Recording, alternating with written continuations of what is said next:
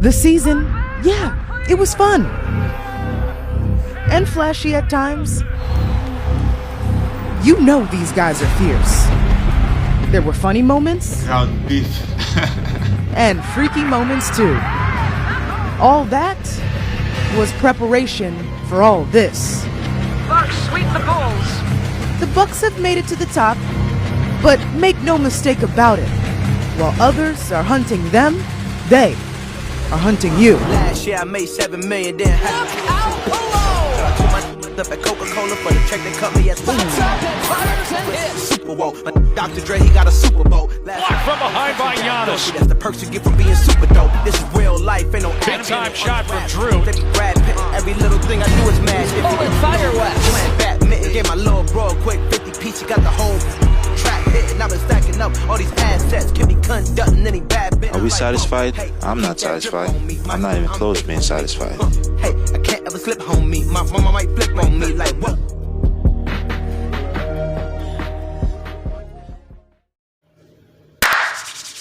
It's that time of the year again. The Milwaukee Bucks back in the playoffs in contention to win another championship. The Milwaukee Bucks have still not gotten the respect or undermined, overlooked. Still now. Of course, we know the Bucks made short work of the Chicago Bulls in the opening round. They did drop a home game in that series, but they handled their business very well against the Chicago Bulls. Now they have a situation at hand with a very tough team in the Boston Celtics, which I'll get into in a second. And we'll talk about that bold prediction from Kendrick Perkins. But my thing is right now is put some respect on Giannis Antetokounmpo's name. Put some respect on the Milwaukee Bucks name. We talking about a very highly decorated future Hall of Famer, 75 best players in NBA history already. And y'all talking on ESPN, we know who you are, Kendrick Perkins, Stephen A. Smith, on whether or not Giannis is going to have a good game or two, because he had a pretty relatively bad game in game 2 of Boston series, where Boston was able to take away one of their home games, which I will agree. I was disappointed. I definitely lost some money in this series so far. I mean, the Bucks won yesterday, but I lost. Y'all know point spread covering ass. God! No, let me stop. But anyway, I still got to put the respect on Giannis' name. 42 points, man. He killed the game. 42 big ones he dropped. You know what I mean? 42 big ones he dropped. You know what I'm saying? They just couldn't cover that spread. All they had to do was win by 3 goddamn points.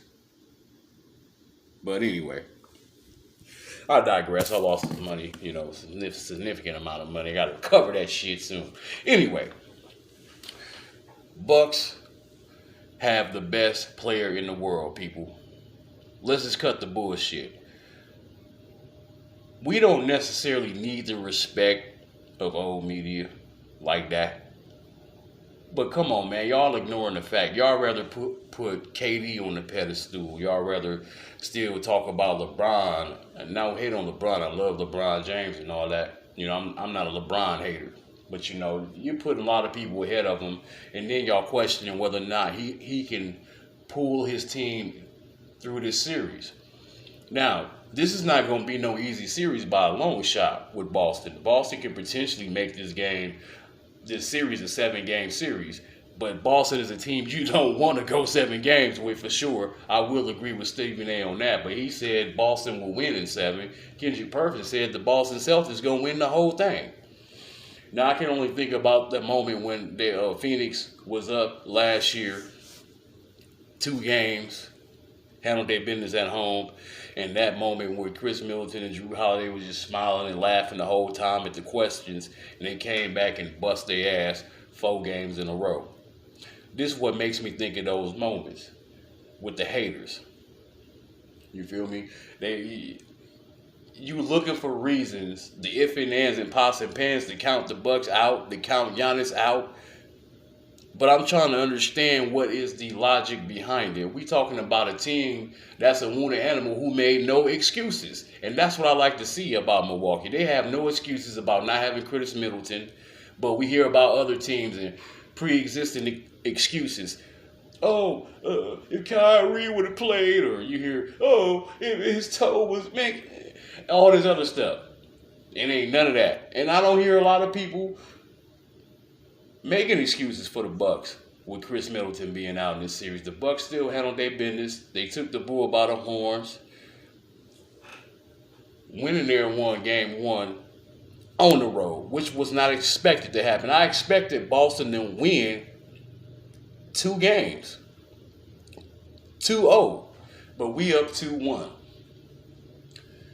We going to go up 3-1 too, because we protect our home floor very well. I'm very confident that Jaylen Brown has been playing remarkable throughout this season. Tatum played like shiznit in the last game. He only had like 10 points. We took him out of his element. I think the defenders did a good job. I was looking for Wesley Matthews to step it up on him. He stepped it up on him pretty well. But let's talk about this stat line, man. 27%, man.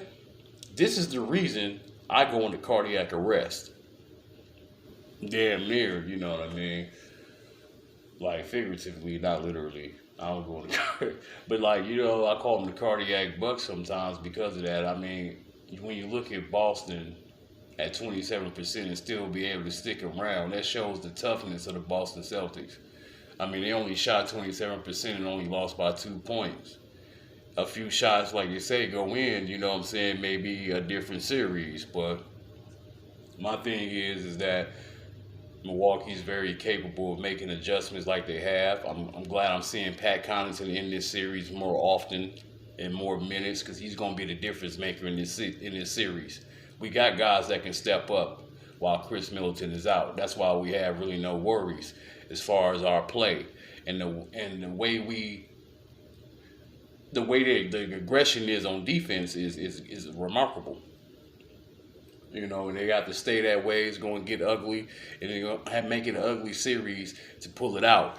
And I feel like we'll have a little bit of comfort going to Boston if we take care of business on Monday.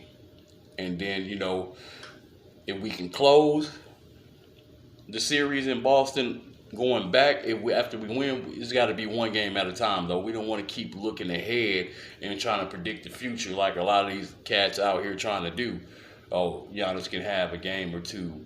And then they keep basing everything what Giannis may or may not do off other players. And I'm surprised at Kendrick Perkins saying stupid shit like that. Oh, you said when they swept Brooklyn and, KD got punked and you said he was going to have a 50-point game and he didn't have a 50-point game. So what? That's KD. Giannis came right back and smacked him in the face with a 42-point game.